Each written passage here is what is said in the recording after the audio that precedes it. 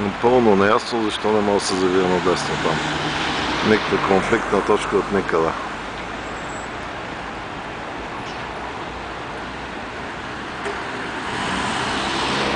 Също и тук напълно неясно при ляв завой защо не може.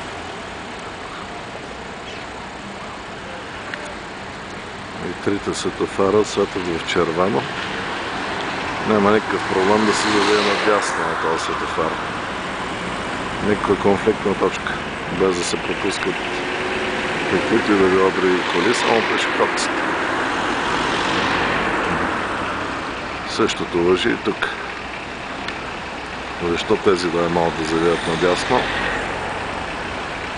Не е ясно. Ето, маса коли, висят маса време за това дето дух. Тук при зелено вече трябва да се получава конфликтна точка с пешеходците, които са с предимство.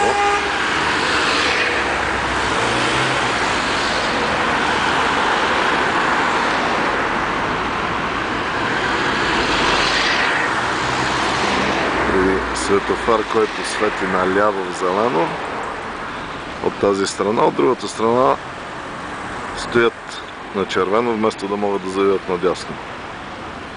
Ако искат, разбира се.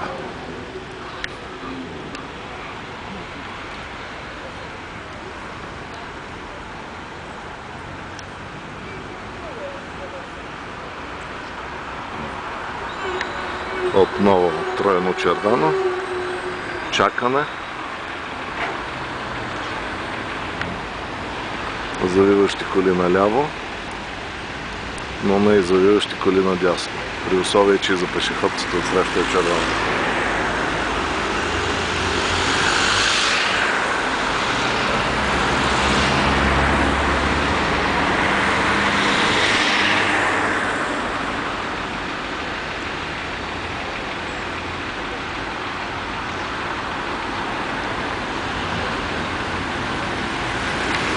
Ето, пускат пешеходците, пускат и колите да завиват надясно. И това всеки Божи ден по много пъти.